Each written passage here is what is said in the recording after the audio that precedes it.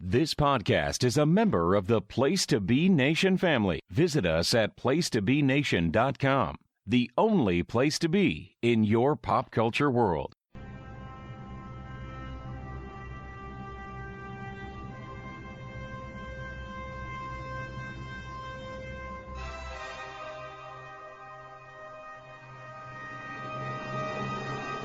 By popular demand, Place to Be Nation Wrestling returns to the Dirty South for Talkin' WCW, an episodic wrestler showcase designed to educate, evaluate, and entertain, with matches spanning the intimate stage of Techwood Studios to the heights of Space Mountain. Talkin' WCW presents the best, worst, and most surreal offerings from World Championship Wrestling. So cast your gaze to the Turnertron with hosts Jennifer Smith, Tim Capel, and Greg Phillips. Hi, welcome to Talkin' WCW. My name is Jennifer Smith. I'm here with the sex to my Lex, Tim Capel. How you doing, Tim? Oh! Doing great, feeling good, Jenny. Ready to do this. Awesome. I'm excited for this show. Are you, though? And I'm proud of you. You should be proud of me. Because we chose who I think is a keystone player in WCW and the Total Package, Lex Luger. And I think that our compatriot in our third seat would agree. Would you not, Greg Phillips? I don't know! Yes, I do agree. The Total Package Lex Luger was the obvious choice to do an episode on at this point in our juncture, and I'm stoked. There's so much to talk about with Flexy Lexy and talking about the ins and the outs of the package, how much damage he did over the years, how much shrinkage he may have had due to steroid use over the years. I mean, there's all kinds of things to get into with the package. Well, I mean, I chose this subject, and I think it was just a matter of peer pressure, if I'm being honest. Really? No. It was a loving choice for our many wonderful Lex Luger fans. I'm not going to lie. I feel like we were going to get some heat if we went much longer without doing a dedicated. I was feeling the pressure for sure. So, we know my Lex feelings. You guys, I think, are a little bit more positive on him overall than I am, but this is what I'm here for. This is what I'm doing this show for, so that I can do these little mini deep dives and try to find something to enjoy about this wrestler. I'm going to be curious if your feelings have changed over the course of over the course of this episode, the matches we've chosen. And I think we've got a great selection of matches on deck. Once again, good representative picture of Luger in WCW. I do wonder, though, Greg, if you, like me, I try to think back to what my first association with Lex Luger is. And I think before I knew he was a wrestler, just hearing the name, I thought he was a Superman character. Because of Lex? Because of the double L's in the name, which is like a Superman thing, right? I mean, there's the similarity. True, yes. And I don't know if you remember this, Tim. He actually made an appearance on the 1980s Superboy TV series.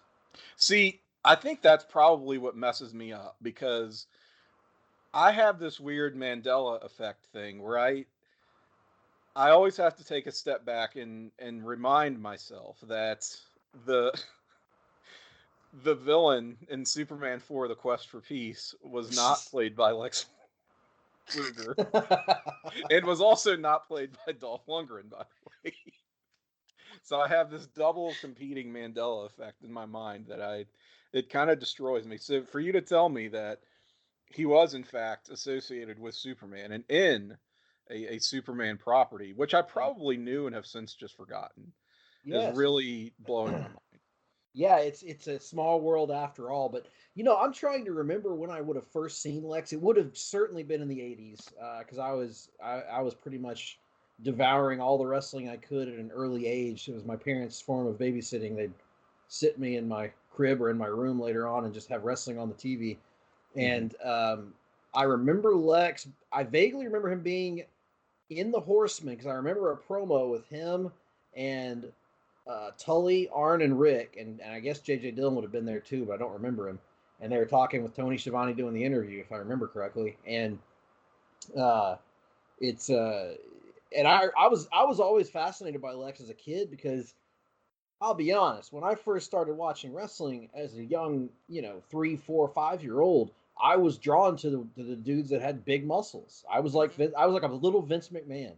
I was I was looking for the bigger, the stronger wrestlers, the better. I was a Hulkamaniac. I was into Sting. I was into, uh, your big Hercules. I liked, in the WWF and the NWA. Luger was the biggest. He was the most buff, shredded wrestler in the NWA. So I thought he must be the strongest wrestler. He wasn't my favorite. Sting was my favorite because he had the face paint, which gave him an advantage. But Lex Luger had the muscles, so I always liked Luger a lot as a kid, even when he was a bad guy. And over the years, as we'll talk about, perhaps my feelings on Lex switched a little bit and changed back and forth and waxed and waned my interest in him. But I always thought he's a great topic for our show because to me, Lex Luger is one of the quintessential WCW wrestlers. He belonged in WCW, the NWA. He never really fit in the WWF, in my opinion. And maybe we'll get into that over the course of this episode. So I think that my choice is up first in the chronological order of Lex Luger. Yes, it is. So I had watched a couple of matches in preparation for this, like some of his more famous, I think, and what I was told were his best matches. And when I watched those, I felt like those matches were more focused and better choices for the other wrestlers, i.e. Brian Pillman. Okay. Because I would assume that we're going to have a Pillman episode at some point. And those matches that I watched, I like for a Pillman episode. So then I got this suggestion. And when I watched this match, I was like, okay, this is more of my speed, number one. And, it has Ric Flair in it. So That I'm always probably helps. gonna pick that one. So what I went with was Capital Combat 90, Lex Luger versus Ric Flair. Well, hang on. Capital Combat: The Return of RoboCop. Oh Yes, yes, I was of about course. to. I'm glad you said that, Tim. I was about to chime in there. This is going to be an interesting match to discuss because this match has something of a reputation, and it's a match also that I do not share the majority opinion on. I think so. Really? It's going to be it's going to be an interesting talk. I don't know that I know the majority opinion, to be honest Well, with you. I feel No, at maybe all. it may. When I say the majority opinion, I primarily am referring to the Meltzer rating and the Scott Okay. Keith rating from whenever he ran it on the show years ago. Okay. So I don't know if that's really the majority opinion or not. It's just I've always had an interesting feeling on this match, which I'll explain my reasoning behind later on. No fault of Lex, really, but we'll get into that. Yeah. Do you guys want to set anything up before I get into it? I guess the only thing that we would need to set up, Tim, would be that this match came about as a result of an injury. Capital Combat was, I think, supposed to originally be Sting versus Ric Flair. Sting blew out his knee, and or maybe that happened after this. I think it happened before this. Blew out his Well, it knee. happened at that clash in February Yes, when Sting got turfed from the Horsemen. So really, you could probably take it back to like what was it, Wrestle War, where which was typically a February show. Um, so that's where I guess they would have done the Sting Flair match, but Sting was hurt. Luger subbed, and I And think did a that's a double. really Yeah, and they did a turn because Luger had been a heel, and because of Sting's injury, they had to turn him face because they didn't have yeah anybody else set up to be in that position. yeah. So Luger kind of quickly had to do the turn there, which I mean that's kind of we'll probably get into it, but that's sort of the story of his career, right? How he flip flops a lot just in terms of his allegiances.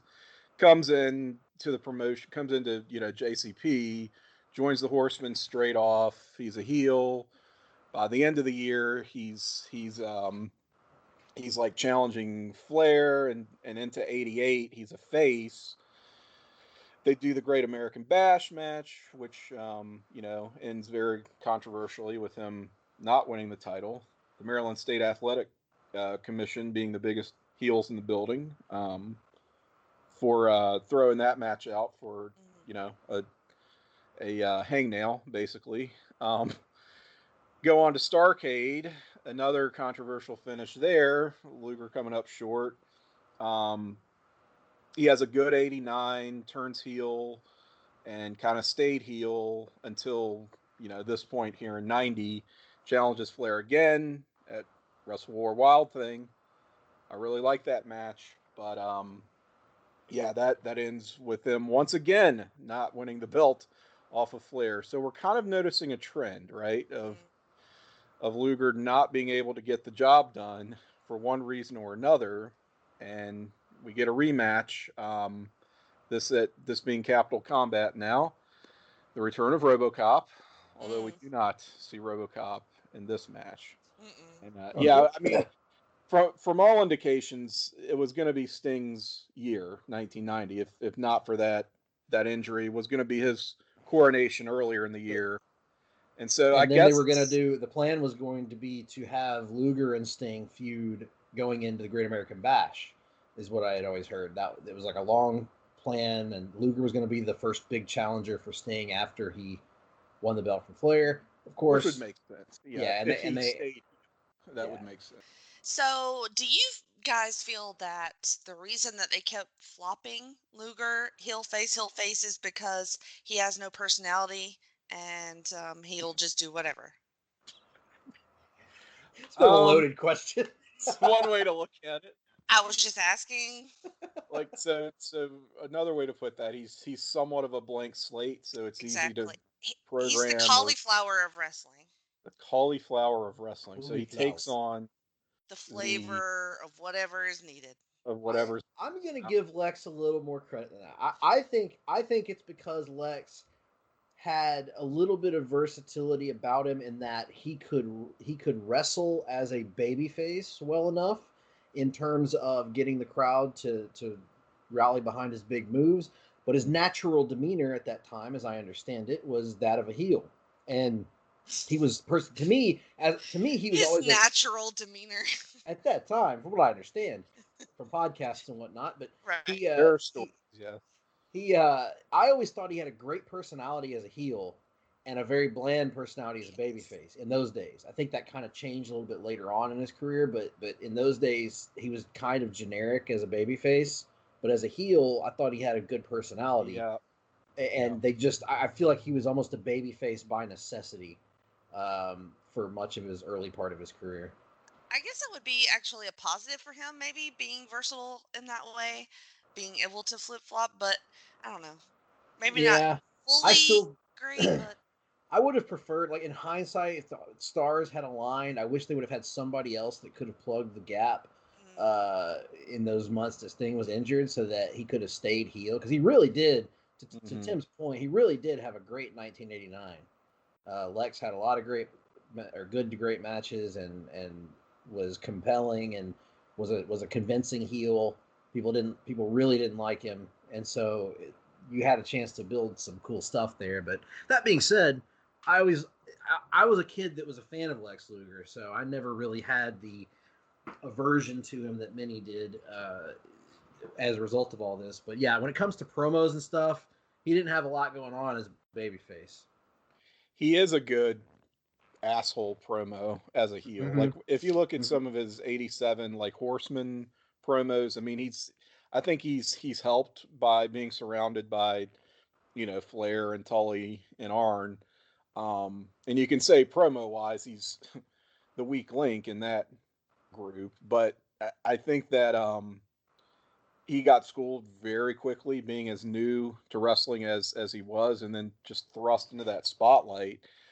People don't think of him, Lex Luger, being a great promo, but from early on, I think he did get it very quickly. And I mean, that name, the Total Package, it really was true when you look at his early body of work and just the physique and the intelligence that you can tell is that, I mean, he was a collegiate um, football player, and scholars like actually excelled academically as well. It's not like he was just a big meathead. Hmm. I know people sort of kind of throw shade at his mushmouth promos that we would see maybe later on, but he really didn't. He really didn't start out like that. I thought he was very well spoken, articulate, especially doing that asshole promo as one of the Horsemen. Personality wise, I'm with Greg that he became rather more bland once he turned face. But people were just so desperate to see him as a face because it's like, good God, look at this, this jacked up bastard. Like, to Hmm. see him go after like a weasel heel like Ric Flair as he was at the time, you just really wanted to see it. And He's a I big mean, they bastard when it's stretching. the Stu appearance. Look at this. That's the I last was not person I thought. expecting Stu. I didn't think Yes. Stu would Wow. run in. Welcome. Amazing. Anytime there's a mention of a big bastard, Stu just appears out of nowhere. Okay, you just he's summoned, huh? But yeah, I mean, it's like you wanted to see that kind of dynamic in a match, and they pulled the trigger, and sure enough, it was hot. They just didn't pull the trigger on actually giving Lex the title, which I think is a bit of a problem. Um, some of that is maybe on Flair. I don't know. Yeah.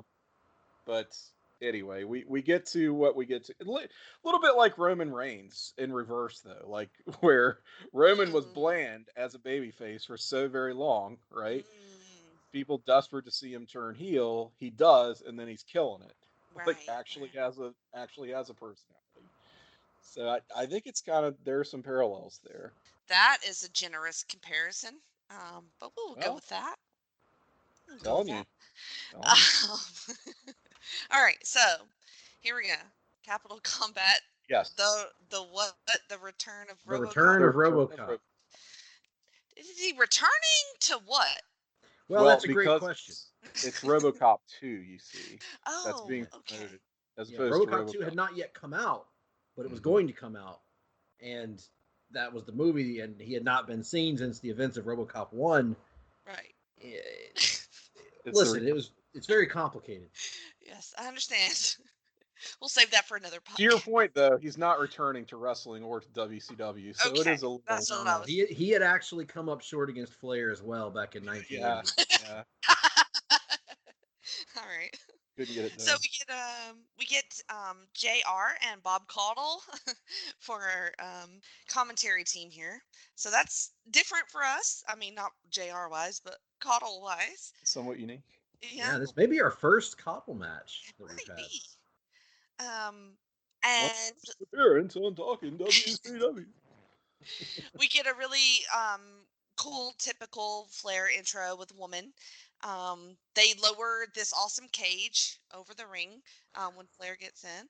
Oh, can we Um, talk about that for a second? yeah, That cage is like no other cage that I've seen. quite unique. Mhm. It's like a hybrid between like roof and non-roof. Um, Yeah, I'd have to go back. I think it may have been the same cage they used actually at the Thunderdome cage match in Halloween Havoc '89, maybe. Yep, I But it think so. looked, With the but it's slightly sloped, the top slope well, on it. top, domed, right? domed top on it. Yeah. And it's almost like a hybrid of that WWF like big steel bars that you can climb, Hmm. but also Hmm. the flimsiness of a Yes. of your typical chain link fence cage. Right. So a very unique cage. I wish they Yes, that used was more. yeah, part of the reason why I picked this match was for the cage. Cage is your favorite performer in the match, huh? I do love a cage. Commentary talks about the heart and the courage of Lex Luger. The ref, this very kind of drawn out in the beginning part of the match. The ref checks them for weapons. The ref checks. He wants to check woman for weapons. Flair kind of doesn't like that. Doesn't want that. Anyway, he ends up finding a weapon in her glove. What exactly was it? It looked I like. don't know. I think it was one of those generic, like not brass knuckles, but like wooden knuckles that Flair would use sometimes later on. I couldn't really tell though. It was hard to get a look at it. Maybe it was a roll of quarters. Couldn't tell. It looked like a goddamn shiv when I saw it. Yeah, Like, some kind of was she gonna stab somebody in this match? sex toy or something. I don't know. But I really like. Stink's leg. We're gonna stab Lex. That's what we're gonna do. Go stab him in the middle of the ring. I really liked that too. I really liked Flair, kind of like pushing the ref off, not wanting it, and then finding the weapons. Pretty fun to start the match off. And so he starts out with the big chops by Flair, of course. Lex gets an early, pretty sweet vertical suplex. They're, like you mentioned, Tim, they're on commentary talking about Lex's credentials, his college experience, and how he was a scholar and an athlete, which was interesting to know. I mean, I think I kind of knew some of the athlete stuff. I don't know that I knew that he was a scholar. I don't know how much of that is exaggeration by you and also Jim Me. Ross. I'll have you know, I went to school with Lex Luger. Oh, is that right? Lex Luger was a smart individual. He saved cats from trees. He solved Rubik's cubes regularly. Oh shit! The man was a Mensa scholar. Like I said, he's a Superman character. He does a big military press twice on Flair. Well, there's a lot of things that happen twice, 3, and 4 times. Well, in this match. Yeah, I'll get to it in just a minute. yeah. So, not a lot of moves in this match. So, it's very basic as far as offense goes. A lot of chopping. You get a pretty sweet dancing pecs spot. I'll call it a spot because I feel like that's impressive. The dancing And pecs, Flair sold the dancing packs. He did. Yeah. Flair sold He them. should have bumped off of it. He should have. That would have been amazing. Flair tries to climb the cage, but he bails, and that was kind of random. It was like, let me try to get out of here. He does it like 4 times in the match, Yes. where he just starts climbing for no adequately explained reason. He's not going to escape. You can't climb out of that cage. So, like, what is he doing? So he could blade. Probably, yeah. And he keeps going to that same spot on the cage too. I'm like, what? Use the whole cage, Rick. Anyway, Flair takes over on the offense with the chops. He gets his own vertical suplex. Very impressive vertical suplex. Yeah, it was nice, but quickly Lex recovers from that. I'm such a sucker for that spot. I don't know about you guys, but whenever the baby Flairs would do that against Sting and Luger, he gives the vertical suplex, and they instantly pop up while Rick is posing. Mm-hmm. Love it. It was really good. It was really well done. I enjoyed that quite a bit. So he takes over with punches in the corner, and then Flair tries to climb the cage again. So then they start using the cage. Luger rams Flair's face into it. He gets some color, not a ton, right in that spot, and then they go to the ring post on the outside, and he hits him there. Now he's for real busted open, face covered with blood. More offense from Luger, pretty basic stuff, but not bad, They're using the space well, I feel like. Maybe the cage is a little bit underutilized, but it's such a unique cage that I kind of give it a pass for that. Because, like, usually if there's a cage, I'm wanting somebody fucking with it, like, a lot. But they don't use it too much here. So they do a big suplex on Flair by Luger, but he hurts his leg. Luger hurts his leg, which was previously injured, I guess. And so he starts freaking out, selling the leg, struggling to stand, and then that is what Flair needed. He just starts fucking working over that leg, takes it over. JR says Luger had 103-degree temperature and fever, and he had an infection in that knee. So, it's really, really hurting him. And I'm not sure whether that's him just, Yeah. kayfabing it, or I mean, Yeah. maybe he really was sick. I don't know. We should perhaps we'll get yelled at if we don't mention Mhm. our friend Sean Kidd in Mhm. attendance, as I understand it. This is the Armory in Washington D.C. Cool venue name, is it not? It is. I have trouble with my R's, so I So was you hoping didn't want to somebody say you didn't want to say somebody else Armory. The say Armory. armory. Armory. Yeah. So I'm enjoying like this match is going, and it's pretty much a me match. I'm enjoying Luger selling. Flair locks in the figure four, keeps working on that leg, grabs the top rope to help him on that. So then, of course, we get the horsemen start tramping down the ramp. It's a cage, buddy. How you gonna get in there? How's that gonna work? And then there's some sort of like lever that can close and open, control the cage. Then they start trying to get inside. Hey, Um, Sid's never met a cage that he can't yell at. That's right. um, Luger gets another sweet military press on Flair, and then Sting runs in, try to kind of brawl with the horsemen. El Giante runs in, uh, lumbers, walks Looking as slowly back. only he can look. To the ring, looking like a Martian. I'm not sure what he's wearing, but runs the horsemen off automatically. They're just like, "Oh no, somebody's tall," and so they all run away. Meanwhile, Lex is just working Flair over in the ring. Ole finally gets the cage open. Barry Windham runs in. Barry Windham runs Better in the find them. ring. As the bell rings, Arn comes in, beat down on Luger, so the horsemen take over. JR and Caudle pretty much freaking out on commentary. Um, Sting is funny here because he's just like, he looks weird. He's wearing this weird gear, like a Zubaz, I string. believe. Yeah, and like a stringy looking, like tanky shirt. I don't know. It's weird. Yeah, very Anyway, loose-fitting shirt. You think of like yeah, muscle people as being like wearing super tight clothing, and he's it's like, wearing the loosest clothing you could possibly wear at that time. why would you be Sting and look like Sting and not wear something either tight or nothing? Just like, Mhm. why a baggy shirt? But okay. I guess he had to run out and help his friend. So um, There's no price tag on comfort. he finally gets in the ring and chases the horseman off. Flair comes up the ramp, finds Tony Schiavone there, his face covered in blood. He's screaming, just fucking freaking out. Awesome, awesome Rick made shit. no sense. He was awesome, No and he sense. med no No sense at all. I couldn't he even was he understand the was words. on another level. He was just fucking He's freaking just out. going, "Ada, yes, it's about that. He grabs Tony Schiavone. I feel like he sprayed blood in Tony's Like Mick face. Foley selling. Yes, awesome. Yeah, yeah. And, and then Sting comes up there, attacks Flair, and then they run off the horseman up the ramp. So it's an interesting match, like you said, because I kind of hate the finish, but I also kind of really like it. Like it's interesting. I'd like to hear you guys' thoughts on this one. Tim, you want to go first?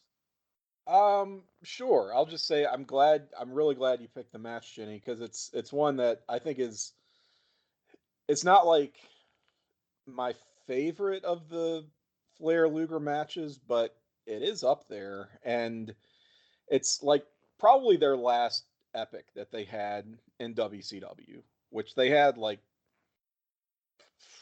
five, what I would 4 or 5 what I'd consider like epic matches Really? in the promotion. Yeah.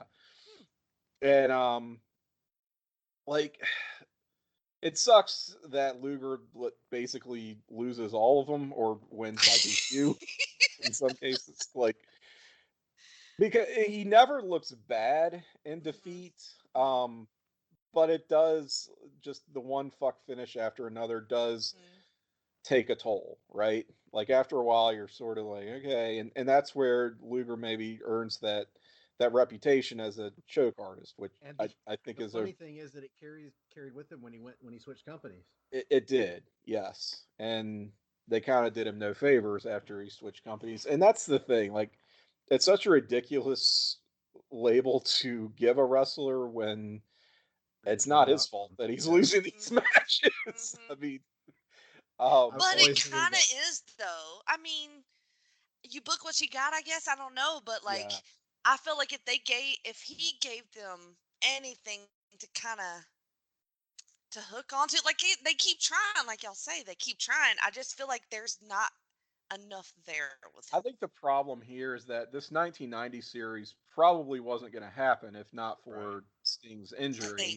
And Right. people can say what they want, but if you go back and watch the week to week TV and the pay per views from '88 and '90, Lex was red hot at times, but he was never more popular than Sting. Sure. And that was always going to be his problem. Right. Is Right. he had another babyface that was always going to be more over than him. It was kind of a situation where I'm of the belief that he should have gone over Flair at some point, because you have to pull the trigger at some point to make somebody.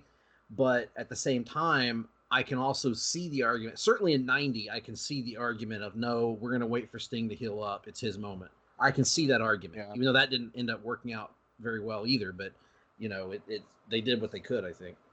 And you're just plugging Luger in there just to have a challenger, but he's really just in a holding pattern. It's not his time. If anything, probably you go with that '88 Starrcade match. Yes, I think no, that's conventional wisdom is yeah, where I they agree. blew it. There's no reason not to do it there. At Mhm. least give it a shot and see what happens.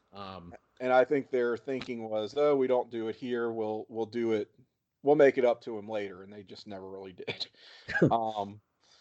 So that, be that as it may, I like this match because, I mean, Luger even being that sort of lame duck challenger here in 1990, he looks unfucking stoppable in this match. He Oh, looks yeah. like a machine, just a buzzsaw cutting through Flair, just waving off everything. Anytime Flair even gets a hope spot, which is crazy to say, like as the heel, Flair should be. You figure Flair should be dictating the match for the most part and controlling most of the match, and it's so opposite of what you would expect, and especially with this dynamic of a guy who is so um who's a body guy essentially in Lex Luger. Did you say a body guy? Oh, fucking Jesse showed up? The Fuck. body. You better get something straight, McMahon. We get another run in. Look at this. But yeah, I mean, you don't think that Luger would take as much of the match as he does, being on offense, and like, when's he gonna blow up? Because that's the thing with the body guys is the cardiovascular is not there. They're gonna be sucking wind.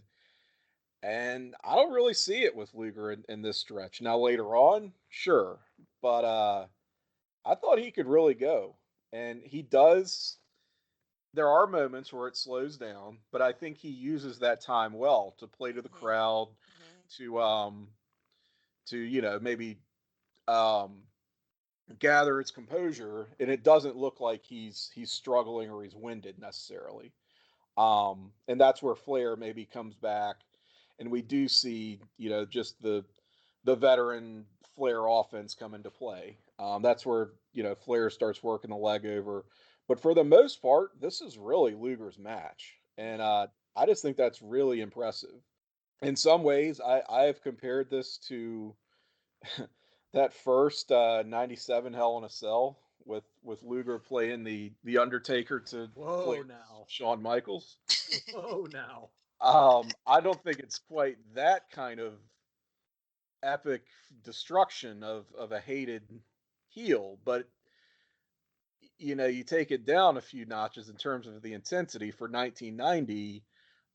It's quite the showcase. Like, the way that um, Flair just can get no momentum, very similar to Shawn in that first Hell in a Cell, right?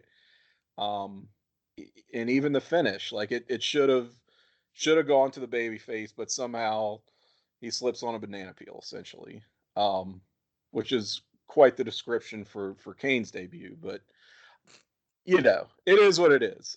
Ending with an interference, kind of a fuck finish. Um, but yeah, I've just really always enjoyed.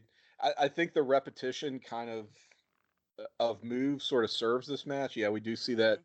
military press a few times. We see Yep. like power slam a few times, but isn't that just the kind of wrestler that Luger is? I mean, we Right. shouldn't be seeing a lot of arm bars and Mhm. Right, right. Mhm. and we don't. I mean, we don't see like rest hold Mm-mm. shit from him. So I just I dig this man, and I think that the cage, yeah, maybe could have come into play more, but the object is to keep people out, to keep Mhm. the action contained more so Mhm. than to be like a big bloodbath. Which I Right. mean, we do get some Right. blood though. We do get some blood here, Good blood. some Yeah. blood Whole face. by Flair. Oh So yeah, it's it's not lacking in it. one of the goriest blade jobs of that era, probably of Flair. Because I mean, he had some sick ones in the '80s, but that one was pretty substantial. Yeah. Mhm. Oh yeah. Um, so I have the dissenting view on this match. Mhm. I've never liked this match, and I thought maybe revisiting it would change my mind, and it didn't. Really? Yeah, so let me get into my reasons why I don't like this match. I don't blame Lex. I actually blame Rick for why I don't like this match. And the reason why is I'm not a moves guy in wrestling anyway. Like, Bret Hart's my favorite guy of all time, and he had, 10 moves basically that he cycled between.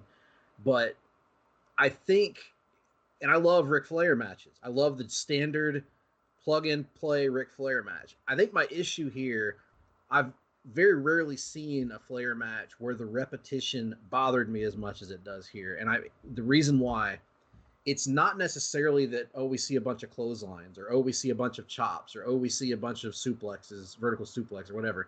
It's the exact same comeback sequence Mhm. every single time. It's like Rick's calling the match. So like 3 times in the match, I think he calls the press slam. And I'm like, it's a super impressive the first time we've seen it. Mhm. By the third time, it's no longer impressive. And it's like, I mean, it's kind of impressive. You can still do it late in the match, obviously, but it's like, it's lost its impact. Like the move already, you had your moment and the move was there. Show us something else, even if it's just a different form of suplex or Mhm. some other kind of strength move. But which is why I wish they had saved that for later in the match. So then, like, the okay, Lex does the 10 punch count along like 3 times in this match. Mhm. That's a spot you should only do once in a match, in my opinion. You do that one Yeah, that time, spot.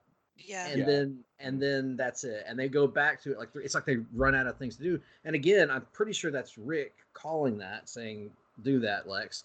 And the clotheslines are out. That's Luger's deal. He's a clothesline guy, so all of his comebacks are clotheslines. I get that, but there's just so many repeated.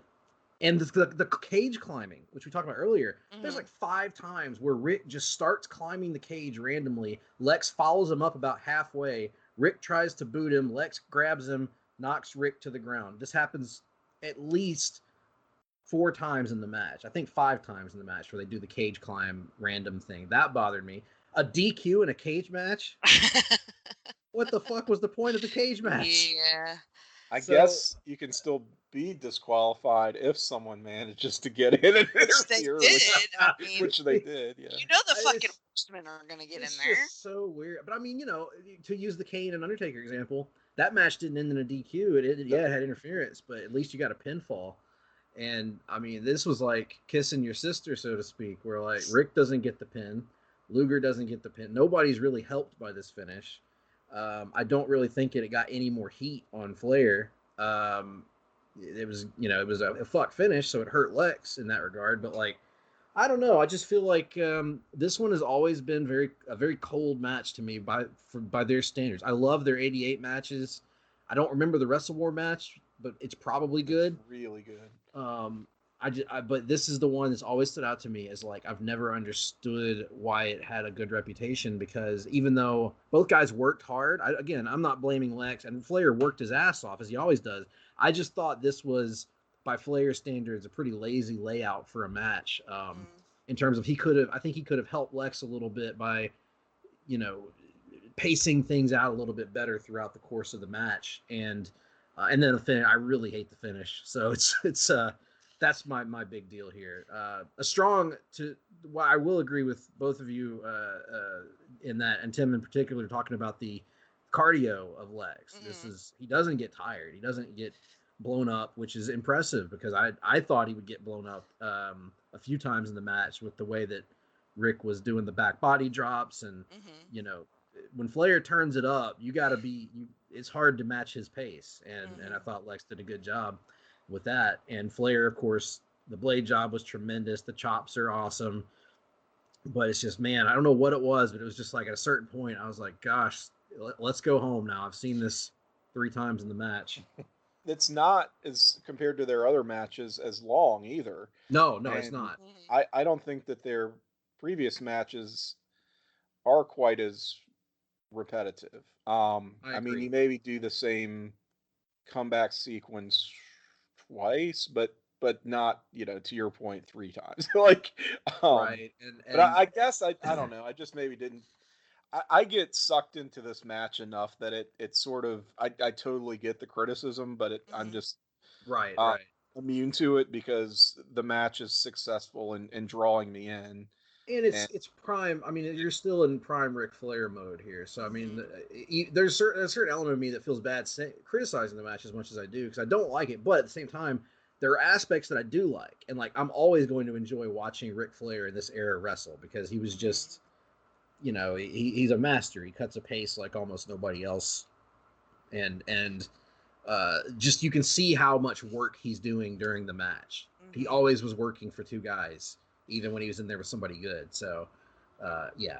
I would maybe argue that he was calling what Lex could do, and that was probably the same couple of things that he knew Lex could do, and they were waiting on the Horsemen to come in and fucking finish the match. So now, I'll tell you what would have changed my opinion about this match is if they had sent that cage up and Sid had gotten in there. Oh, now that would have been fun. All right. Sid would have fucked something up. I don't know what he would have done. He would have screwed something up spectacularly, and it would have been hilarious and awesome. He was in a fucking tuxedo too. Yes, he was in a tuxedo. Why? Why was he in a tuxedo? He had to fit in with the Horsemen. Yeah, I guess so. Style and ride and style. Cop, you know, got to show up for. He had to show him how they do it in Little Rock, West Memphis. That's how they do it in Little Rock. Oh, Anderson, you fat little oaf! Would you say that Sid has a Little Rock mullet? Little Rock waterfall. Little Rock waterfall. Yeah. All right. Well, moving along, in our choices here, Greg, you are up next. Which match did you pick? Okay, so I went with a match that I had recently heard Jim Ross talk about on his podcast, but it's a match that's one of my favorite matches from childhood. I remember when I was a kid and reading all the wrestling magazines and watching the weekly TV, this felt like superheroes colliding. And in these days, you didn't see babyface matches very much, but that's what we were going to get at Super Brawl 1 when we had the Steiner Brothers, Rick and Scott, defending the World Tag Team Championships against Sting and the Total Package Lex Luger. Oh boy. Yes, this really felt like the Super Bowl of wrestling. And nobody, I mean, let's be honest, nobody really cared about Tatsumi Fujinami wrestling for the WCW title. This was the main event of the show. This is why I wanted to order this pay-per-view, even though we couldn't at the time. This is why I was glued to my TV set the next Saturday morning to find out who won and how. This match was amazing because you had the biggest and best tag team in the world against the 2 biggest good guys singles wrestlers in WCW colliding in a match. Didn't know how it was going to go. Didn't know if somebody was going to turn on somebody. And it's a match that had quite the reputation. I believe it won the PWI Match of the Year. It may have been one of the Wrestling Observer Matches of the Year.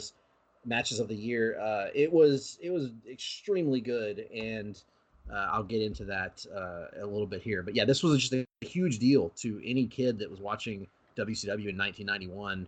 And I knew it was going to have incredible neon colors all around the ring. And it did not disappoint. That is true. It does. And this, by the way, is exactly 1 year from Capital Combat: The Return of RoboCop. This was Correct. also on nice. the infamous date of May 19th. May 19th, Mhm. 1991, in front of 6,000 individuals. And it was taglined, "The Return from the Rising Sun," which is a questionable title. But They're nonetheless, promoting the Wesley Snipes and Sean Connery, vehicle, Rising Sun. Rising Sun, which I think did come out in 1991. I kind of think you're right. I'm looking it up. We're taking a little bit of a Sidebar. Sidebar, yeah. Thank you for finishing that word that I was never going to come up with. Actually, so oh damn it, 1993. There's no way. How could we have been off? Yeah, apparently Rising Sun came out in 93. I remembered it being much earlier. Oh well. Maybe they were inspired by Super Brawl 1. Perhaps so. Anyhow, Obviously. so this match only goes a little over 11 minutes, but I would argue it is almost the perfect length because it is all action. It is that. Yeah. We have the setup from the commentary team, which I know that we all three will appreciate. Jim Ross and the American Dream, Dusty Rhodes. And this is a little bit of a different side of Dusty on commentary because he's taking this thing seriously. So we get serious Dusty, and he builds it up as a collision of superpowers, of what's going to happen, because Sting and Lex Luger want those belts badly, and the Steiner Brothers ain't going to give them up for nobody, daddy. So this match, from the moment the bell rings, it's just bombs. You get Rick Steiner and Lex starting the match out. They're going at it. They're having a sort of an amateur wrestling exchange, and Steiner's out wrestling Luger, and Luger's out powering Steiner, and they just go back and forth trading that. Eventually, they get broken up a little bit. You get Sting and Scott Steiner. They come in and they go at it for a little bit, and that's super exciting because you can hear the pop when the two of them get in the ring, and they have their little, this basically the Steiners are using a lot of amateur wrestling holds on Sting and Luger. Sting and Luger are using kind of explosive power moves on the Steiners, and I mean, there's just so much to love here. At one point, Lex hits Rick with a big power slam, and then just a few seconds later, Rick grabs him out of the corner and just kills him with a German suplex with a great camera angle. And then they're brawling again a little bit, and then Rick nails him with the mother of all Steiner lines, which of course leads to our obligatory Jim Ross Steiner line. And then like maybe 2 minutes after that, they get the advantage, and Sting and Luger get the advantage, and the Steiners have to regroup on the outside, and then here comes Sting clearing the top rope with ease and just absolutely annihilating Rick Steiner with a dive. I mean, perfect accuracy. Rick doesn't have to move. Rick doesn't have to stand there like an idiot forever. It's an amazing dive that people should watch today. It was fantastic. Do you think that the Sting ass contributed to his ability to? Yes. It's funny you should say that, because Sting ass is exactly what led to his giant vertical leap that he had for so many years. You would think that after reconstructive knee surgery the previous year, he would no longer be able to make such incredible leaps.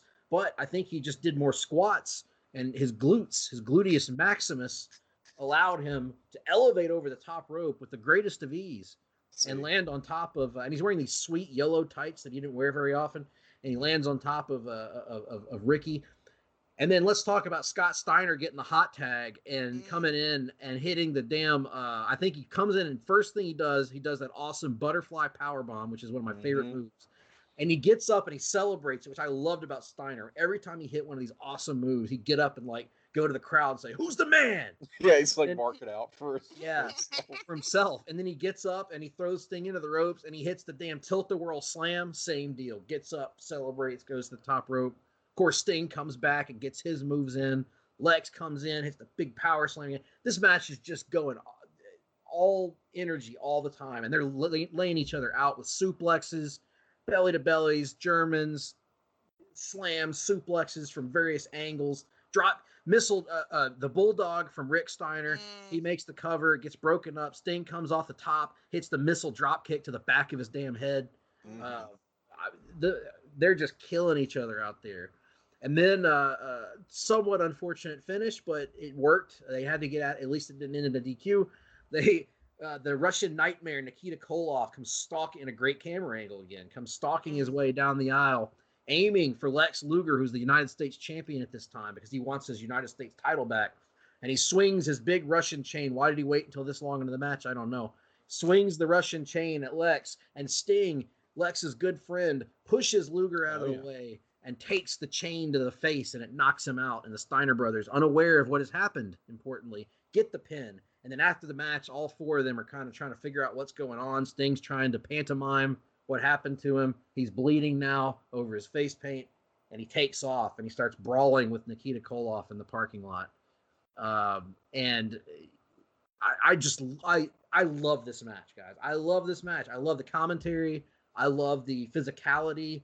I love the color scheme of the tights, the crowd. I mean, this match was just as awesome to me watching it the other day as it was when I was a 7-year-old boy and I finally got to rent the VHS and watch this match.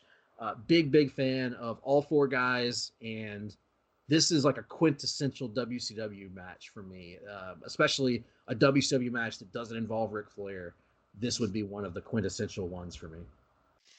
I really like this one a lot too.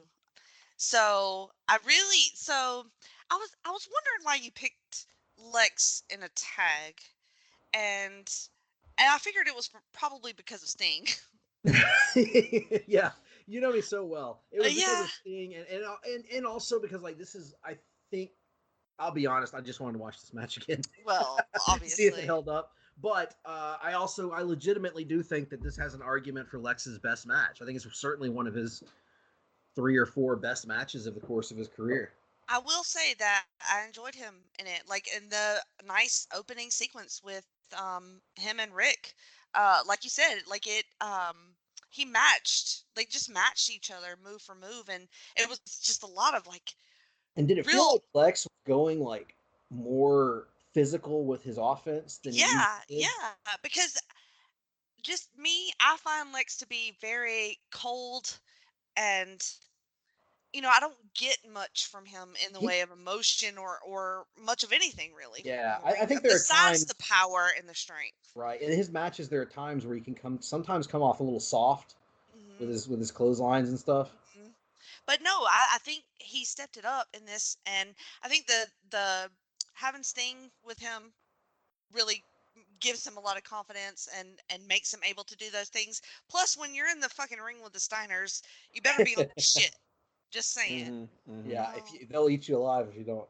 Yeah, I mean, like I think that when Lex realizes he's in a match with the Steiner brothers, like, okay, I gotta fucking wrestle tonight. Okay. But I really liked Scott being thrown over to the announce table at one point. Yeah, that was really cool. That was like kind of like a messy spot. It was fun though. A really cool bulldog on Luger. I really liked that. That was really fun. Like all these, like you said, these awesome bomb moves. Everything just like impactful and sharp. Like none of it looks sloppy. Like it's all just click in. The pace is really good. Quick 11 minutes, but like perfectly paced. Like it was very, very good, very entertaining. The ending, I was like, okay, if we just like flow from one thing to the next, like, well, okay, the Steiners win. Okay, Sting is gonna chase down Nikita to the back to the parking lot. I was like, okay, yes. Yeah. I'm a sucker for a parking lot brawl, so I was really into that. I mean, like I get like they're continuing the story from here, so of course the Steiners were going to win. So I didn't mind the finish at all, and he saved Lex, like you said, from the chain shot. So I enjoyed this quite a bit. I thought Lex looked really good, and I was really impressed with them in this match. Awesome! I'm glad you loved it. Now I will also say that I don't think I'm not going to be naive enough to think they actually planned all this out that far in advance, but they also this does set up some stuff that they would do later on, because Sting, the ultimate good guy, right?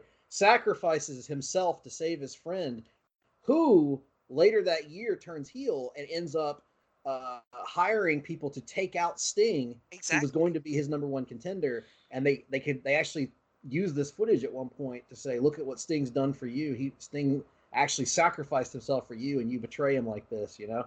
So it turned out to be a really cool thing. So yeah, anyway, Tim, your thoughts?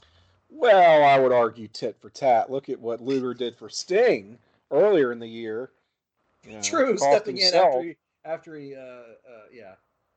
Earlier in the year 1990, I mean, costing himself some title wins potentially because of Sting's, you know, crippled ass trying to bite off more than he can chew. Anyway, kicked his leg out from under his leg. It's a little bit of a role reversal here between you and me, Greg, this first and second match, because although I don't think I'm as low on this match as you were on the Capital Combat Return of RoboCop match. I've just never liked this as much as most people. I do agree that it's a must-see WCW match, WCW tag team match. But man, that finish! I've never hated Nikita Koloff so much as as I do here for him truncating what I think could have been an all-time great classic. But I really do think that finish holds it back because they seemed like they just had more in the tank, and we don't get to that next gear quite yet. I love that it's all action though.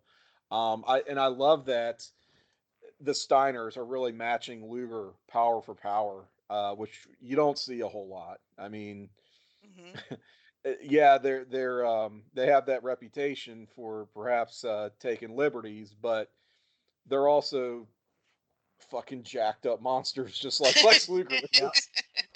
And yeah, they're baby faces, but you don't see him challenged physically the way he is like in this match. And I mean Sting too, but Luger especially. Again, that great German suplex that we see from Luger's point of view, as you pointed out, Greg, the awesome camera angle.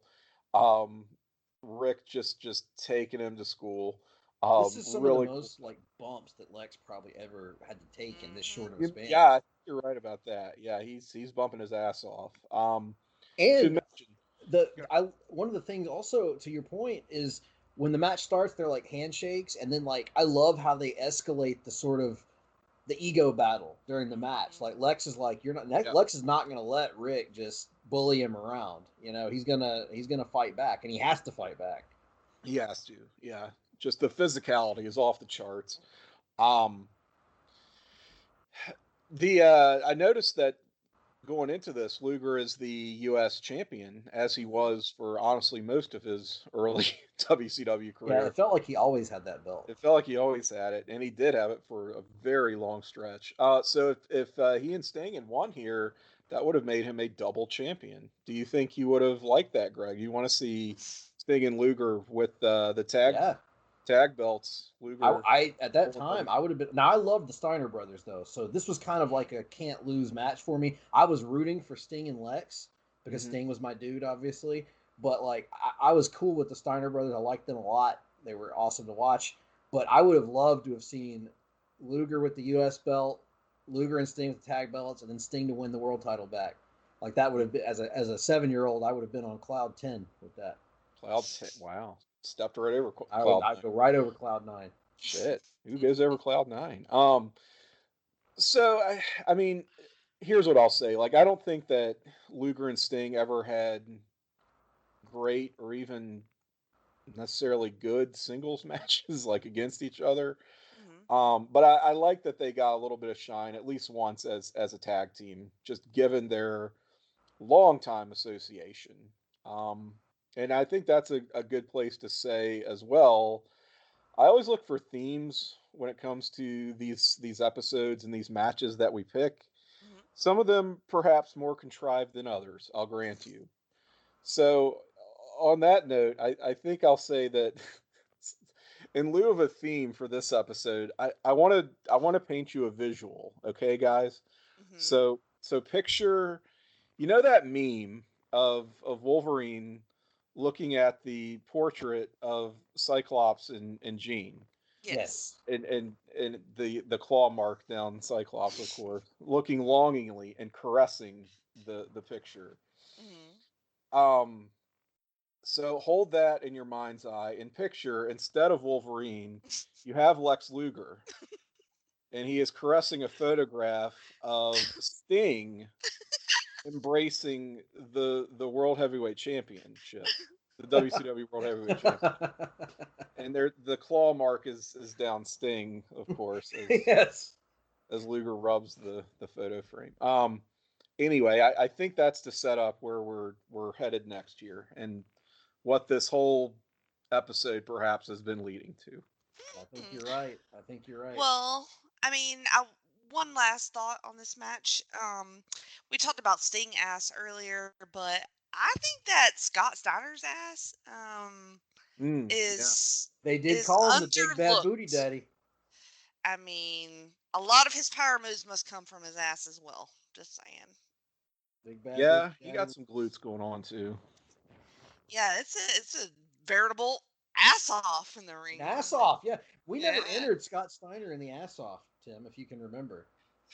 That's a major oversight it if we is. It didn't. really was. And I will say, I really was waiting on seeing a. I don't think he does a Frankensteiner in this match, does he? No, No, didn't see a Frankensteiner. Man, that would have been the only thing that shocking. could have popped it off, would have been to see the Frankensteiner. But, you know, then Although it could have again, been disastrous. I'm not the way that he would throw that Frankensteiner back then. Well, really, always. He always came in so low with it, right? Like he just it never remember looked when like he, he got remember when he old. just drilled Brian Knobs with that one at Halloween Havoc? Uh, I'm just picturing Luger trying to take that Frankenstein. It would have had to be Sting taking it. It is career ending potentially. Yeah. Yeah, if he took it wrong, he'd end up looking like a real dilly bar. Speaking of an ass off, I'm going to tell you right now to check out our new PTB Wrestling Network store. It is on tpublic.com. You can get cool t-shirts, hoodies, mugs, stickers, all kinds of cool stuff. Just go to tpublic.com, type in PTBW in the search, and then get all your orders in. New on the mothership. Peter, he joined Scott and Justin for episode number 577 of the Place to Be podcast. They discussed Saturday night's main event from February of 1992 with Sid Justice, Undertaker, Roddy Piper, and more. Jake Williams and Tyler Kelly are getting closer to the finale of their WCW list as they reveal numbers 30 through 21 on their latest episode. Highway to the Impact Zone, number 25, has Logan, Jake, Matt, and Sean welcoming our very own Tim Capel to that episode. How was that, Tim? That was a unique experience for me, but not one I would be reluctant to revisit. A lot of fun there, the guys. Awesome. The latest NWA Crock and Roll, the boys continue their four-part Before They Were Crockett series with 7 matches, including the Road Warriors, Terry Taylor, Ronnie Garvin, Arn Anderson, and Paul Ellering. Marty Sleaze concludes his own countdown of the 25 best WWF matches from 88 through 97 with the newest episode of Pro Wrestling Love. And the premiere episode of YouTube Roulette. Sean, Logan, Jake, and Scott go to YouTube once a month where they spin the wheel and watch 4 live matches and randomly. So that's a pretty fun idea. I really like that idea. God, I wonder what they come up with. I hadn't heard what they watched on that episode yet. And on the newest NWA Saturday special, Scott and Dr. G recap the latest episode of NWA Power, where Billy Corgan put Strictly Business on notice. Always remember to rate, review, and subscribe to this feed and to all of our sister feeds, those including the PTB Pop Experience, which has the best in TV, movie, comics, trivia, and more. and the North-South Connection, where JT, Aaron, and Chad have a lot of great shows on wrestling, comics, pop cultures, and other things on the North-South. So, all that being said, you can also check out placebnation.com each and every day, where you can read articles on the worlds of wrestling and sports and pop culture, including Trent's SmackDown on Fox Report, Polly's Perspective, and Matt's Disney live action journey. All right, that brings us to your pick, Timothy. Which Lex Luger match are you bringing us home with? Yep. Yep. We would have gotten heat if we didn't pick this match on Mm. our Lex Luger edition of Talkin' WCW. In much the way we would have gotten heat if we hadn't done a Lex Luger episode at all. This just pretty much had to be a part of the show. I kind of waffled on it a little bit at first, but ultimately said, well, if one of Jenny or Greg doesn't do it, I will go ahead and make my selection, which is Lex Luger versus Hollywood Hogan for the WCW Championship. This is from Monday Nitro, the August 4th, 1997 Nitro, their 100th episode, by the way, from the Palace of Auburn Hills in Detroit, Michigan. Big TV main event for this big anniversary. And backstory here, this match was originally on for Road Wild in Sturgis coming up in just about a week from the Nitro. However, the WCW Executive Committee, our favorites, they intervened to give Luger the match a week in advance after his non-title win over Hogan in the previous month. So we're going to go ahead and do the match on free TV. And what are we going to do for the pay-per-view? Well, that's sort of up in the air. And Hogan kind of tries to give some clarity to that in an opening promo on this Nitro, saying once he puts Luger away, he's going to go on to Sturgis. He's going to give his brother Scott Hall the title shot, which we know that shit's not going to happen. But I do appreciate that they kind of lay out a plan B, right? So that it's not so obvious that the match is, still going to be Hogan and Luger anyway at the pay-per-view. So not that there's any reasonable doubt, I would say, but it just gives it more of that, I don't know, it's just keeping it kayfabe, I suppose. So I appreciated that in the opening Hogan promo on the show. Not sure if you guys watch, but I always try to watch if there's any um, backstage interviews or in-ring promos, especially on a TV show like this where they're hyping a match, just to kind of get that context in. Hmm. And Mean Gene interviews Luger later in the show as well, who gives kind of a standard Lex Luger babyface, I'm gonna win type promo. Um, so you know, the main event is off and running. You're not really sure exactly what to expect. Michael Buffer handles our introductions, and he's all over this Nitro, by the way, which makes sense with it being their 100th edition. Um, but this match actually gets some time here, this main event, which you'd have a lot of those nitros with main events that looked good on paper, looked like big matches on paper, but would very quickly devolve into fuck finish NWO interferences within the opening minutes. But we don't get that here. We start off with standard grapple hammerlock by Hogan, quickly reversed by Luger. Both men kind of feeling each other out. Luger then gets the better of a lockup, shoving Hogan off, demonstrating his power. Um, but Hogan's having none of this. Kicks Luger in the gut, then lands a series of strikes in the corner, kind of that standard Hollywood heel offense. You get Luger falling prey to an elbow by Hogan on the outside while he is draped across the apron. And back in the ring, Hogan taking Luger off his feet, clothesline, and then a series of elbow drops, which he is known for as well. Hmm. Adds insult to injury with that stomp to the face, um, running clothesline by Hogan, and then a body slam. He lays in those chokes, more of that kind of almost cartoonish, villainous Hollywood offense, but Mm. that's just how his matches go when he, especially when he's dictating the pace here. Um, Running clothesline again in the corner by Hogan, and then he slams Luger's head into the turnbuckle. Luger starts to make a comeback here, blocking another attempt and slamming Hogan's head into the turnbuckle 10 times over. Then he's unloading with just punches and kicks. Hogan cuts this comeback off very quickly with a jab to the eye, while referee Randy Anderson is distracted. And on that dramatic note, we go into a commercial, this being a TV match, of course. Come back from that break, and wouldn't you know, Hogan is then firmly in control once again.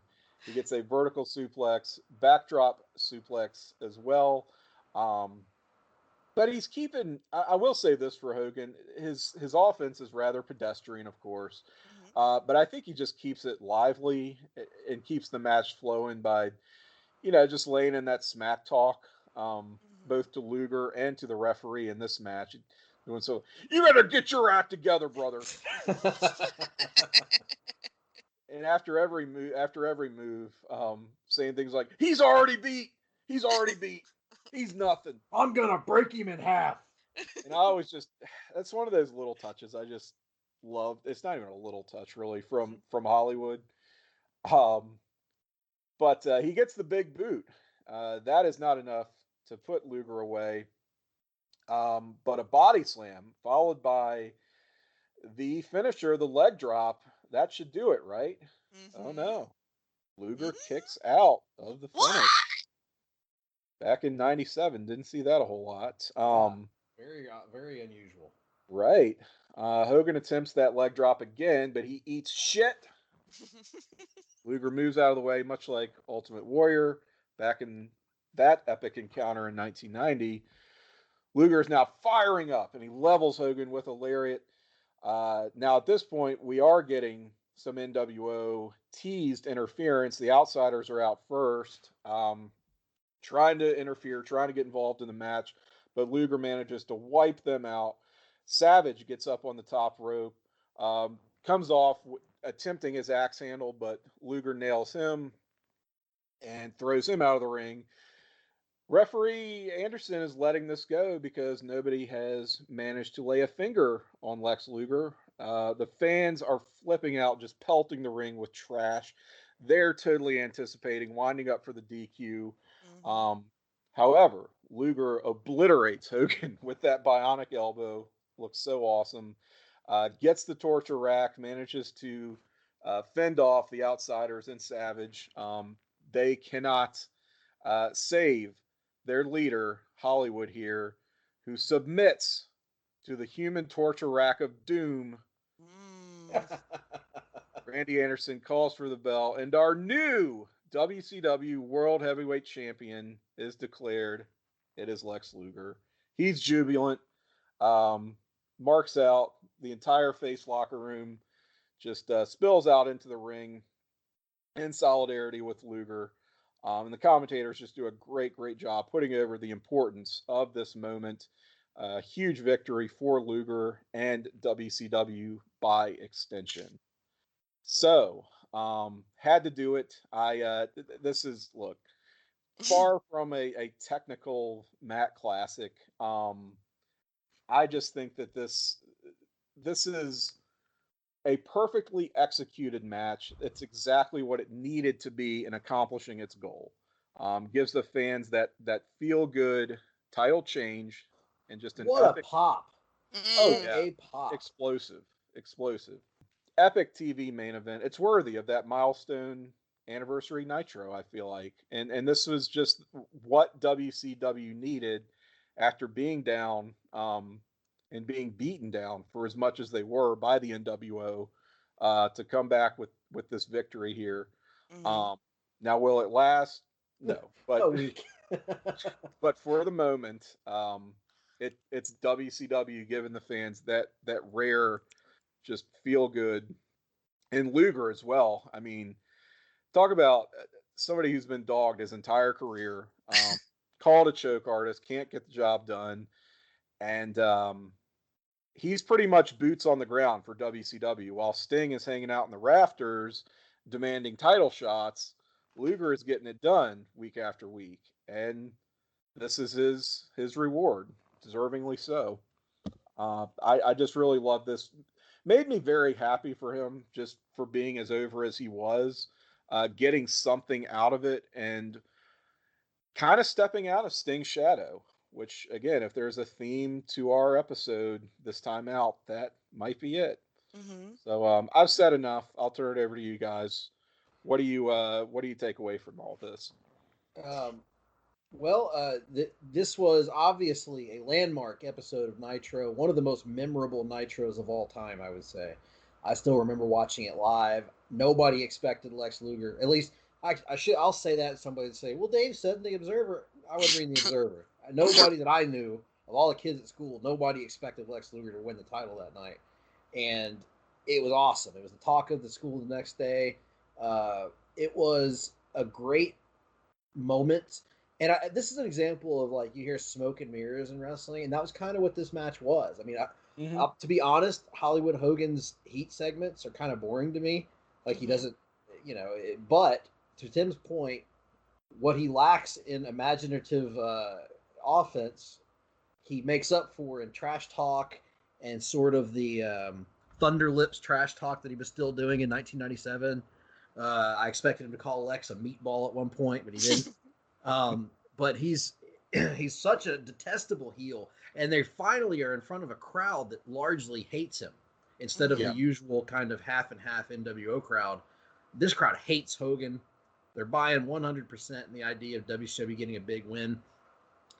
I feel like the build up to this needs to be mentioned because Sting was the big story for the entirety of 97 and even to the previous half of 96 of, like, Sting's building to this big confrontation, but it was working, and so they kept stretching it out over time. But in the meantime, the NWO just ran roughshod. The heels were always winning, always getting the advantage. Lex Luger quietly, during the course of 97, is building momentum, to coin a phrase, and he is getting more and more over with the crowd. The fans are 100% accepting of Lex Luger as the default top babyface for WCW. He had that great tag team with the Giant for most of 97, and I thought they were a lot of fun together. And sure enough, by the time August rolls around, Lex Luger is the most over babyface on the roster that isn't Sting, who, again, isn't wrestling. So while I think it's kind of strange if their story was transitioning it to Sting, it kind of doesn't weaken it a little bit that Hogan loses it before then, maybe. But, again, and I personally would have liked to see Lex get a little bit of a longer run than just a week. But I thought this was a great reward to him for getting over. And the Rack was really over. As we talk about the Diamond Cutter being super over, the Rack was a really over move that year. As Michael Buffer called it, the Torture Rack of Doom, which no one else had ever called it before that. Yes. Never did again. And by the way, guys, as soon as this match started, I busted out laughing because Michael Buffer was doing his usual reading the Dead Sea Scrolls as the wrestlers are approaching the ring. But anyway, Luger, there's not, it's not a complicated match. He gets beat on by Hogan for most of the match. But, again, it's what it needs to be, to your point, Tim. It draws the crowd in. The comeback, there's only one comeback, really, in the match. And one that's the finish. And then one actual. And isn't that a little refreshing, honestly? Yeah. We're so used to seeing the constant, like, comeback, the heat's back on. Now, seeing just one comeback and a finish, especially in a Hogan match, is very odd. And one thing that I did think was weird is that Hogan tried to pin him after the big boot instead of doing the big boot and the leg drop. He tries to cover him on the boot, then picks him up, slams him, and drops the leg and tries to cover him. A little bit of a mix-up on the Hogan usual move set there. And Luger looks like a monster. He's overcome the odds, laying out. Savage takes a sick bump over the top rope. Nash takes a real nice big man bump over the top. And then Lex, when Lex signals, I think do you guys feel the same way? It felt like that audience expected there to be the usual Nitro disqualification there. Oh, Yes. absolutely. I NWO think ran in. that's The why they're trash. raining trash into the And ring. they're kind of sitting on their hands.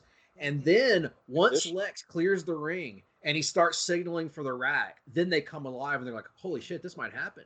Mhm. And he gets Hogan up in the torch rack and submits him.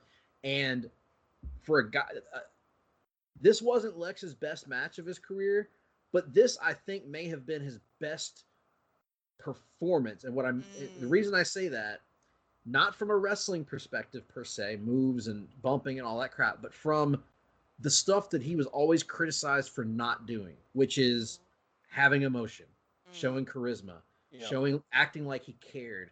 This is the most I've ever seen Lex Luger care in a wrestling match, because he celebrates that world title like every babyface should celebrate winning the world title for the first time.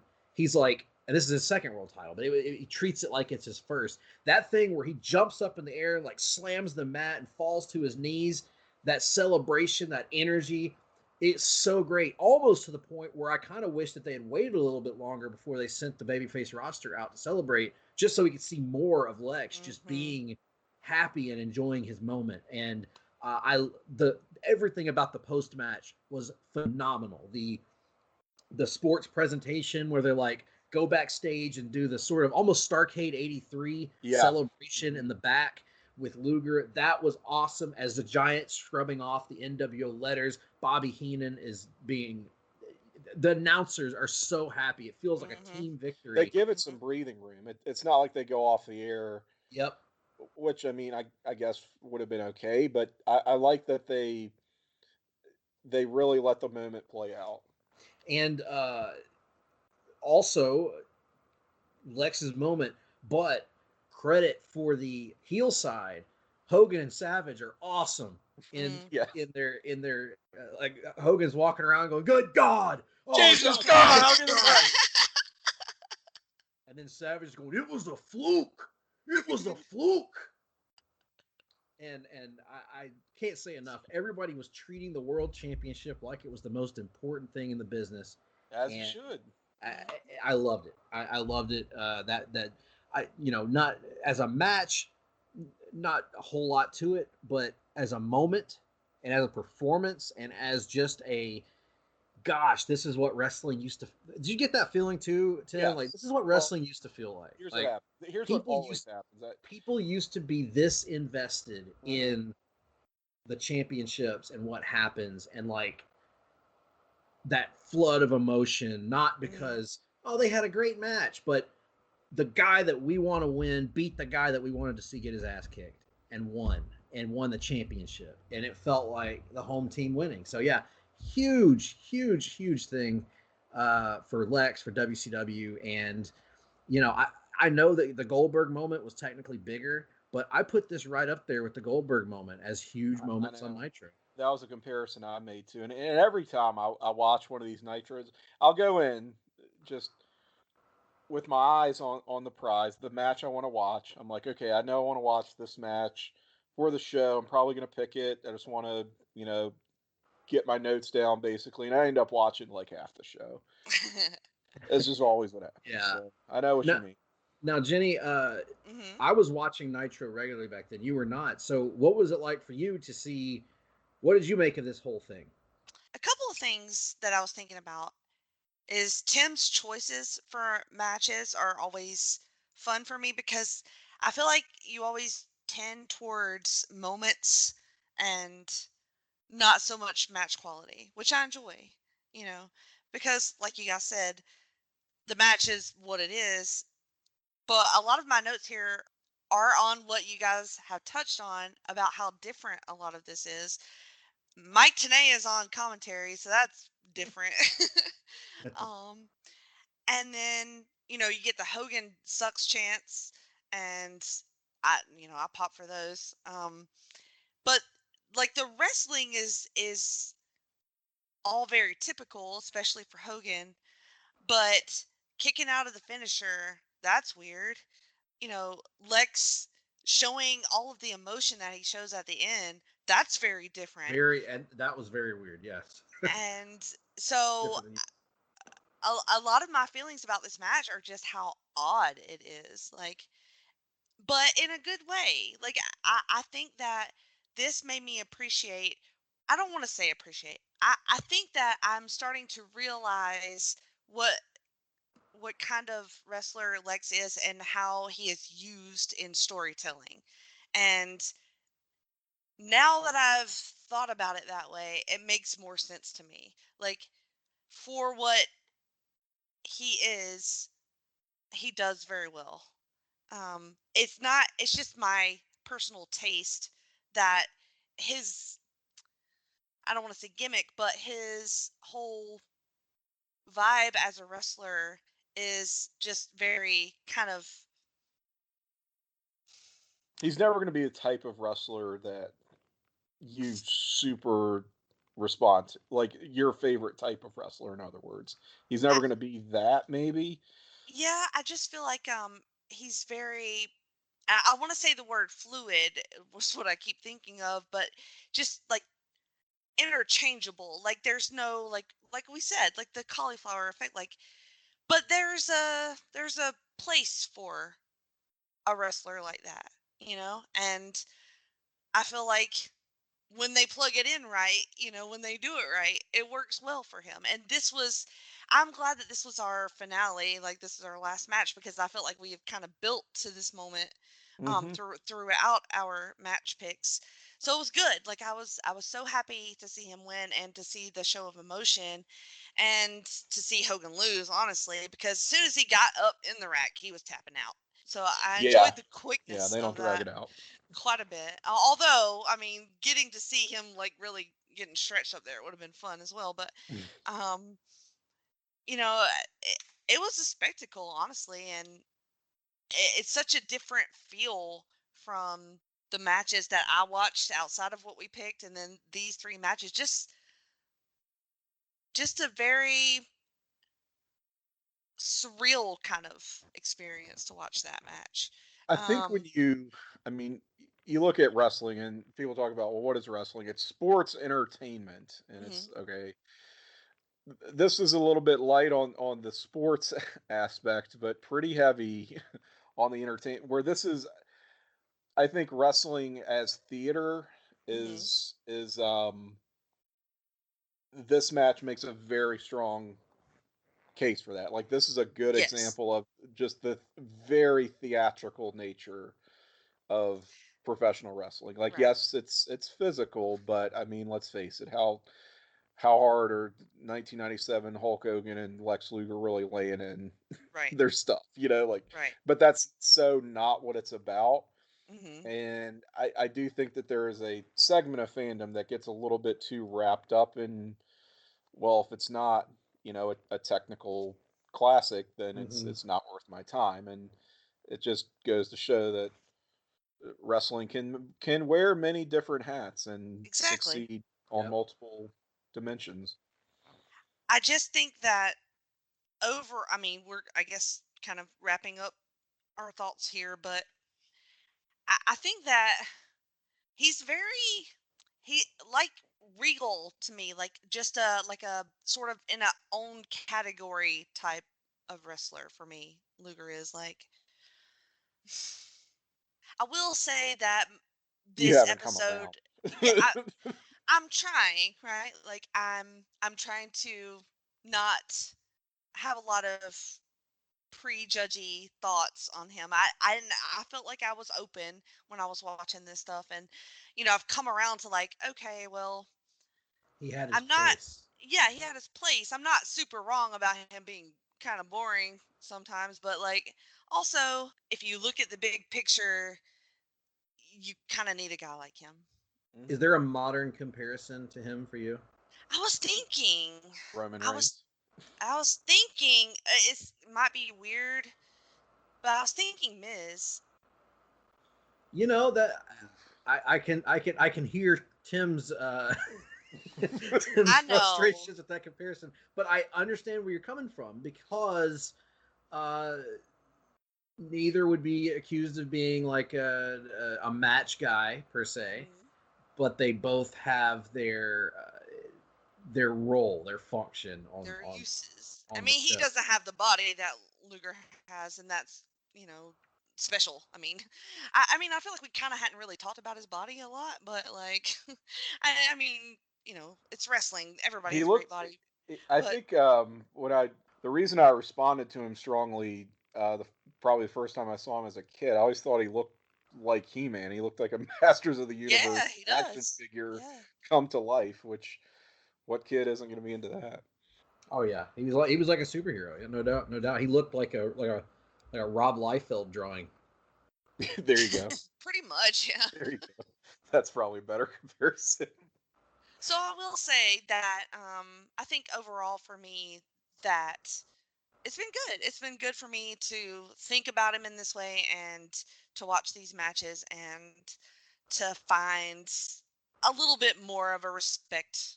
Did you guys have any honorable mentions, matches you considered, watched, or that you would recommend to folks who want to see some more of Luger's finer um, achievements in Well, the sport? one obvious. Let's throw all the Flair matches could have been considered, but the big ones anyway. But one of the obvious ones I think that would stand out would be the Ricky Steamboat match from. I believe that match was at Great American Bash 89. '89. Yep. And that's certainly a very well respected and regarded match. I contemplated that because I haven't watched it in a long time. There was one of his matches in '90 with Stan Hansen I liked a lot and thought about picking. He had several like U.S. title defenses in 1990 and '91 that I thought were really good. But ultimately, I kind of knew where I was leaning was the tag match. But those would be matches that I would say to seek out if you haven't seen them yet. His matches with Stan Hansen, his match against Steamboat, the Brian Pillman match that Jenny mentioned earlier.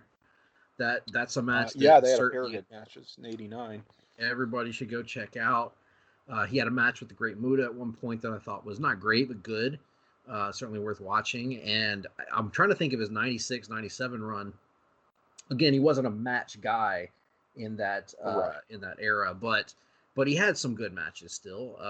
And he and Sting, I thought, had some real good tag matches in early '96 against Harlem Heat and one against the Road Warriors that was real fun on Nitro. So yeah, there's some stuff to sprinkle in there for Lex. I think his late '90s run, mainly tag matches, I would recommend, and with the Giant and with Sting. And then his early '90s runs, any of his U.S. title defenses tended to be pretty good. I would back all of that up, but also throw in, if you're looking for another great Luger tag team match, I think probably a top 5 WCW tag team match is Luger and Barry Windham Oh versus yes, Arn and Tully Arn and Tully. Yep. at the first Clash of Champions. And then they had a rematch that was very good as well on World Championship Wrestling. That is an incredible, incredible match that I kind of had slept on for some time until recent years. Just going back and watching that Clash, all time great tag team match there. In So yeah, 1988, Barry Windham may have been the best wrestler yeah, in the country at that time. yeah. He was awesome. Believe you me, he's on my list. All right, Jenny. Anything else from you? No, I think I said it all. I hope that our Lex fans are satisfied with our match picks. Robert Silva, shout out. Yes, Drew Wardlaw. yes. Don't give us So, heat. We did it. We're happy mm, with it. I'm happy with it. I'm happy with it. I'm good with it. Timothy, I believe it is your next pick, right? Your next Yes, and I episode. got to tell you guys, I'm struggling, and the reason I'm struggling is Mm, not for lack of talent, for lack of wrestlers, because I have quite a list, and I could throw some names at you. Problem is, we have limited content from WCW on the No. cock, the Yes. the Peacock. Um, mm-hmm. Like I was going to say, if you were going to pick Sergeant Buddy Lee Parker, most of Worldwide is not available right now. In fact, Damn it. Yes. Well, I anticipate that will be changing. You know, they're committed to getting everything that was on the standalone network app over migrated to the cock by SummerSlam. We're hearing. That's what I've heard. Yeah. Somewhat skeptical, but Mhm. perhaps they'll surprise us.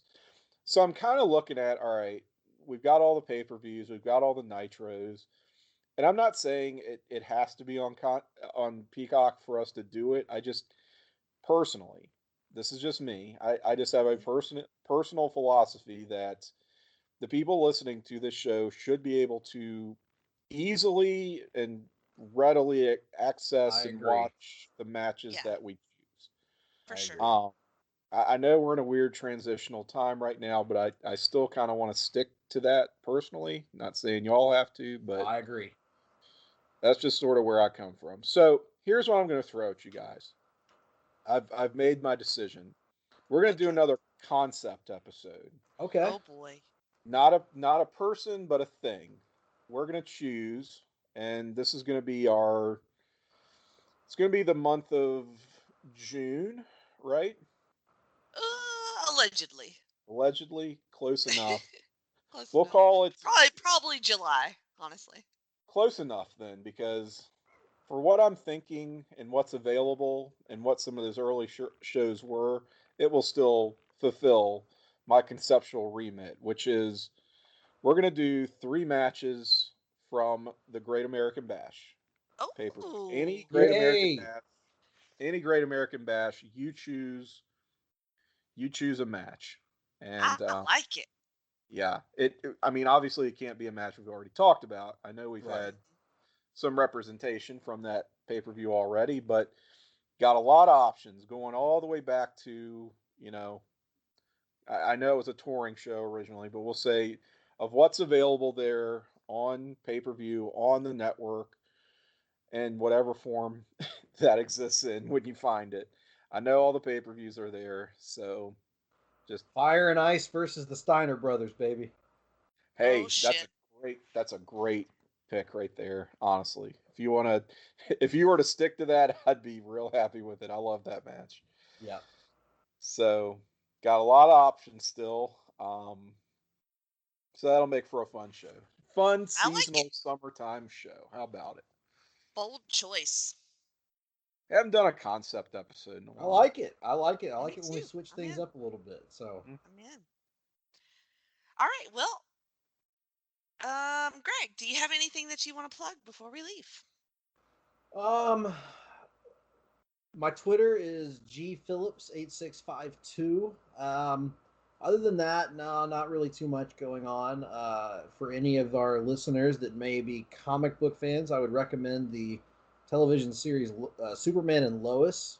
It's really, really Mm-hmm. good, and has very much impressed me. So I'd love to chat that with anybody, chat wrestling with folks. I've devoted a lot more time to wrestling lately and trying to stay current on the main TV shows anyway, to Mm-hmm. mixed results. I don't really watch Raw much, but I'm really watching SmackDown and NXT and AEW a lot. So always happy to chat wrestling, comics, nonsense, whatever. Chat me up, folks. I would like to recommend the 1987 film RoboCop.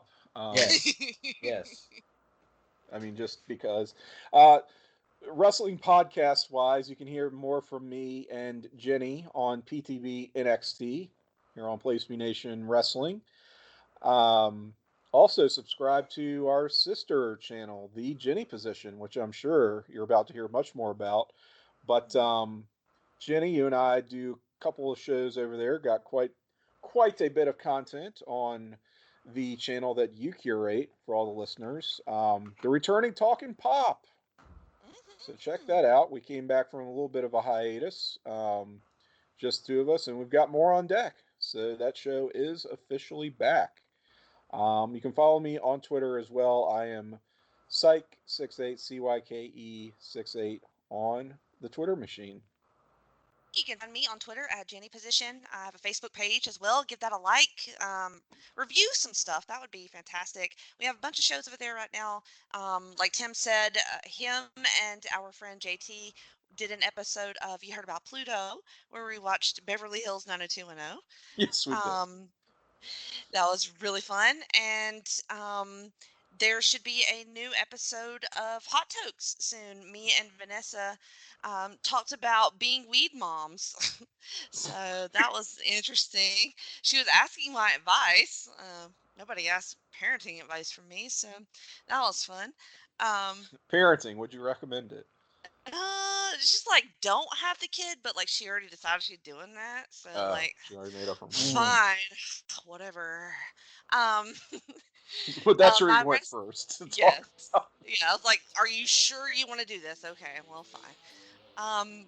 Anyway, for more wrestling content, I have a pair of shows on the North South Connection with the Extreme Three-Way Dance, which we're in a bit of a hiatus, just waiting on ECW to be added to the cock. But our back episodes are on there. You can listen to those and get caught up. And also TNA Never Dies. We are up to 2003 and are watching for that. That's a wild show, so listen to that. I think that's it, you guys. Thanks so much. It was a great show. Love it. I'm on the Lex Express now. Oh, man.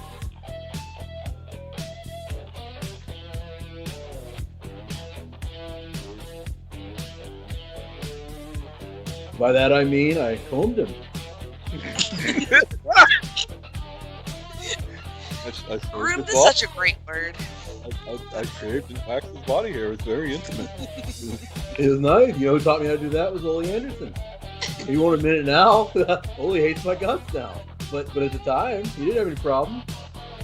He taught me how to groom. You haven't seen grooming until you've seen what Wahoo did with Harley.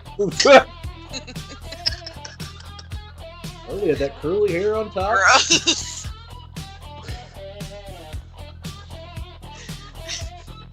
You know, man, The Harley Race's body hair. The Dutch Mantel never groomed a day in his life.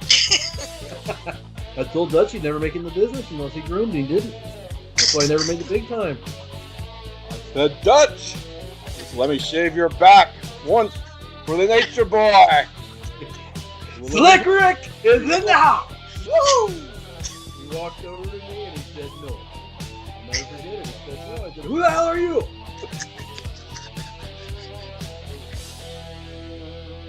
Looked at him with a tear mark!